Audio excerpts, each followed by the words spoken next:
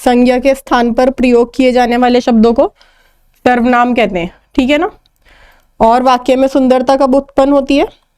जब हम संज्ञा शब्द को एक बार प्रयोग कर कर बाद में संज्ञा के स्थान पर सर्वनाम शब्द इस्तेमाल करते हैं। यानी सर्वनाम शब्द कौन से होते हैं? वह, यह, मैं, तुम, ये वाले, ठीक है ना। जैसे यहाँ पर मोहन क्या है? संज्ञा शब्द था। अब मोहन तो हम बार बार बोलेंगे तो वाक्य की सुंदरता नष्ट हो जाएगी, तो इसलिए सर्वनाम की जगह फिर संज्ञा की जगह हम सर्वनाम शब्दों का प्रयोग करते हैं। जैसे यहाँ पर मोहन की जगह क्या कहेंगे? वह नागपुर में रहता है, मोहन के 2 भाई बहन हैं, मोहन पढ़ना चाहता है, ठीक है। फिर हमने उसके बाद बात करी थी उसके भेद की, उसके हमने 6 भेद पढ़े थे। रिमाइंड हुआ, कुछ याद आया? सर्वनाम के 6 भेद कौन से थे? पुरुषवाचक सर्वनाम, निश्चयवाचक, अनिश्चयवाचक, संबंधवाचक, प्रश्नवाचक और आपका निजवाचक। ये सर्वनाम के 6 भेद थे, याद हुए आपको? जो आपका पुरुषवाचक सर्वनाम था उसके 3 भेद और थे। 3 भेद कौन से थे? हमने बोला था ना, यहां पर 3 भेदों की बात करी थी। पहला भेद कौन सा था सर्वनाम का? पुरुषवाचक सर्वनाम में 3 भागों में उसको बांटा गया है। पहले हम बात करते हैं प्रथम पुरुषवाचक की, जिसमें हम अपने लिए बात करते हैं, मैं, मुझे, मेरा, ये वाले शब्द आते हैं। फिर होता है अन्य, ये होता है प्रथम, और फिर आता है मध्य, फिर आता है अन्य। तो मध्य में हम सेकंड पर्सन की बात करते हैं, जो हमारे सामने वाला व्यक्ति होता है जिससे हम बात कर रहे होते हैं। तो सामने वाले व्यक्ति के लिए कौन से शब्दों का प्रयोग करते हैं? तुम, तुम्हारा, आप, ये वाले। और अन्य के लिए जब ये 2 लोग यानी ये प्रथम और मध्य आपस में बात करेंगे किसी तीसरे के बारे में, तो कौन से शब्दों का प्रयोग करेंगे? वह, वो, उसका, ये वाले शब्दों का। तो ये सारे शब्द कौन से शब्द कहलाते हैं? सर्वनाम शब्द कहलाते हैं। फिर आते हैं आपका निश्चयवाचक सर्वनाम। निश्चयवाचक सर्वनाम क्या होते हैं? देखते हैं।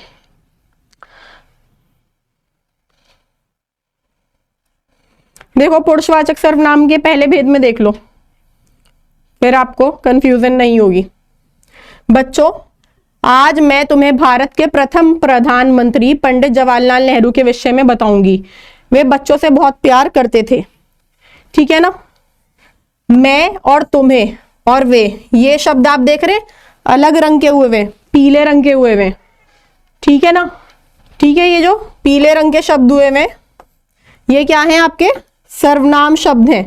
यानी पंडित जवाहरलाल नेहरू के बारे में उन्होंने कौन से शब्दों का प्रयोग करा और अपने बारे में बोला, मैं तुम्हें। योग्य आपका प्रथम, यानी प्रथम पुरुषवाचक, अपने लिए हम शब्द लगाते हैं।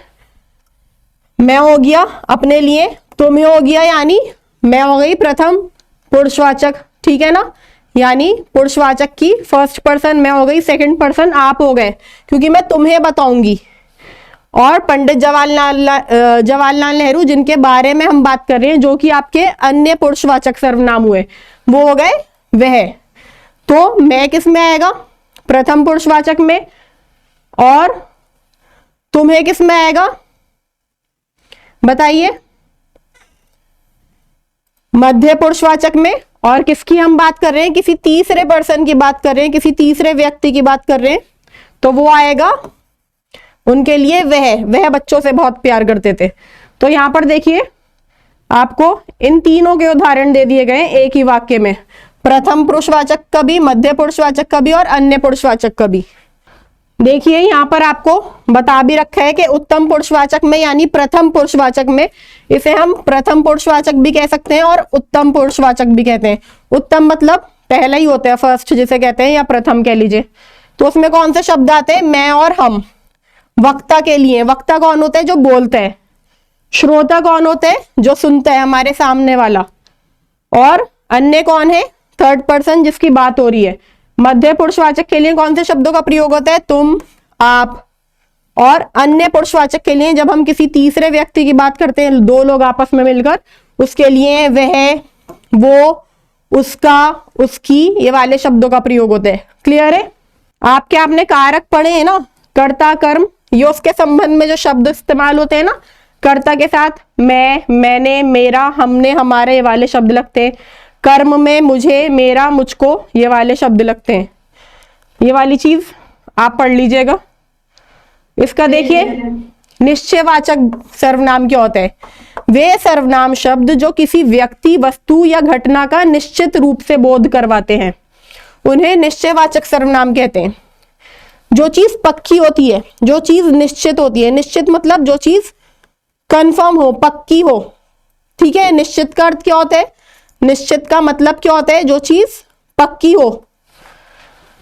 जैसे वह मेरा घर है, ठीक है ना, वे से पता चल रहा है और ये चीज पक्की है कि वह मेरा ही घर है। यह है लाना जरा, निश्चित है कि यही सामान उठाकर लाना है। या बोलते हैं ना, वो पुस्तक रखी है, लाना जरा, किसी अन्य से बोलते हैं।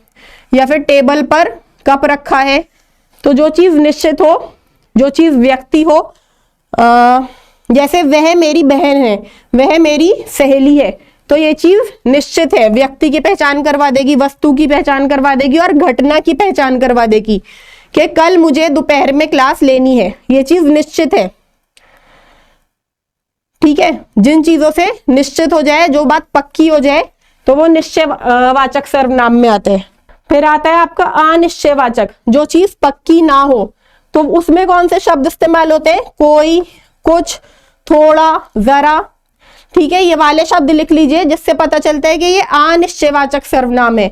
जैसे यहां पर दे रखे हैं आपको, जिन सर्वनाम शब्दों से किसी व्यक्ति, वस्तु, घटना का निश्चित रूप से बोध नहीं होता, जो चीज पक्की नहीं होती, उसमें डामाडोल रहता है, झोल रहता है थोड़ा, तो वो अनिश्चयवाचक सर्वनाम कहलाते हैं। जैसे कोई तुम्हें बुला रहा है, बात में कुछ तो दम है, ये चीज पक्की नहीं है। या फिर हम बोलते हैं ना, शायद दरवाजे पर कोई खड़ा है, या फिर मुझे थोड़ी देर के लिए जाना है, ये नहीं पता कितनी देर के लिए, पर निश्चित नहीं है, अनिश्चित है। तो थोड़ा शब्द से पता चल रहा है ये चीज अनिश्चित है।